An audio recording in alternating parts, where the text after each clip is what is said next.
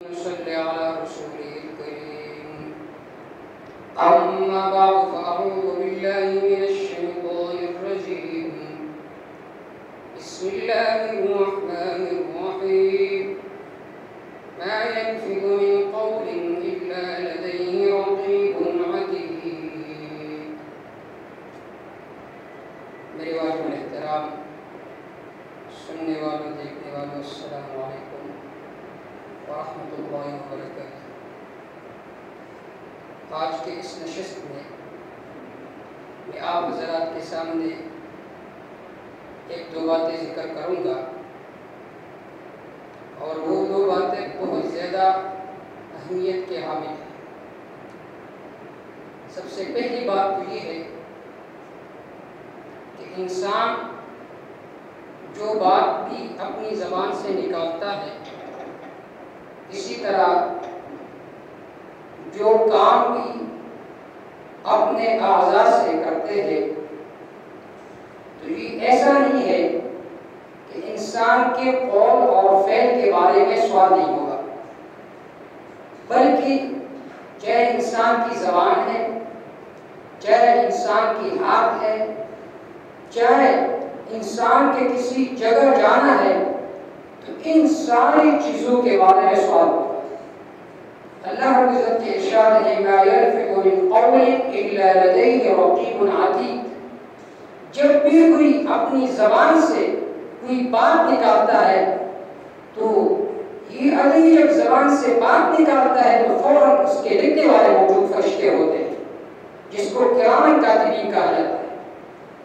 لیکن اس دور میں جب ہم دیکھتے ہیں تو سوشل میڈیا کے ذریعے سے لوگ ایسی باتیں کرتے ہیں کہ جو اسلام کے دائرے سے بالکل خارج ہے، جو شرعی حدود ہے اس کو بالکل پامال کیا جاتا ہے۔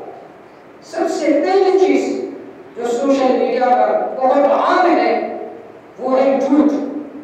ہر کوئی ایک دوسرے کے قائدین پر جھوٹ اور بہتان تراشی کرتے ہیں۔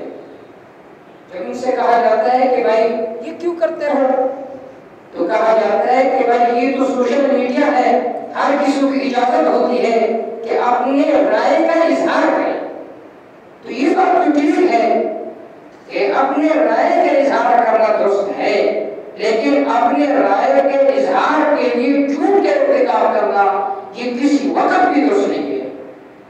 تو سب سے پہلے میں اس ویڈیو پیغام کے ذریعے سے اپنے تمام احباب، تمام دوستوں کو یہ پیغام دینا چاہتا ہوں کہ آپ کوئی پوسٹ ہو، کوئی تصویر ہو، جو بھی کچھ آپ سوشل میڈیا پر اپلوڈ کرنا چاہتے ہو، تو سب سے پہلے اس بات کی تحقیق کیا کرو۔ بغیر کسی تحقیق کے چیزوں کو آگے شیئر کرنا، آگے بھیجنا، اپلوڈ کرنا، یہ کسی طرح درست نہیں ہے۔ دین اسلام ہمیں قطعاً اس کی اجازت نہیں دیتی۔ اور دوسری بات جو بہت زیادہ اہم ہے کہ یہ جو سیاسی طبقہ ہے اس میں بھی یہ چیز عام ہے، لیکن جو مذہبی طبقہ ہے اس میں بھی یہ چیز رفتہ رفتہ عام ہوتا چلا جا رہا ہے کہ جس کے ساتھ بھی اختلاف ہو جائے تو کبھی اس کی تصویر کو بگاڑا جاتا ہے، کبھی اس کے ساتھ گالی لکھی جاتی ہے، چاہے جتنی بڑی شخصیت کیوں نہ ہو، لیکن جب اختلاف ہو جائے تو ان کو سب و شتم کا نشانہ بنایا جاتا ہے اور ان کو گالی دی جاتی ہے، اور یہ پرواہ بھی نہیں ہوتا کہ اس کے بارے میں سوال ہوگی، پوچھ گچھ ہوگی کہ آپ نے کسی پر بہتان لگایا، آپ نے کسی کو گالی دی ہے، تو اس کے بارے میں سوال ہوگا۔ تو اختلاف کی حدود میں ہونا چاہیے۔ ہمارے اکابر علماء دیوبند رحمہ اللہ کے درمیان بھی اختلافات ہوا کرتے تھے۔ حکیم الامت مجدد الملت علامہ شفاعی تھانوی رحمہ اللہ، اسی طرح مولانا حسین احمد مدنی رحمہ اللہ، ان دونوں کے آپس میں شدید اختلافات تھے۔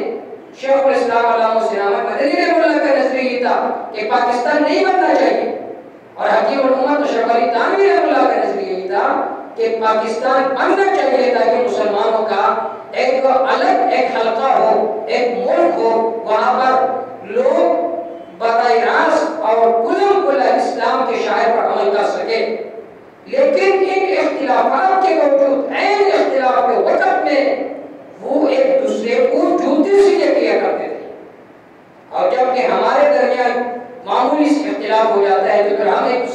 گالی بھی دیتے ہیں اور ایک دوسرے پر کفر تک کے فرقے لگاتے ہیں۔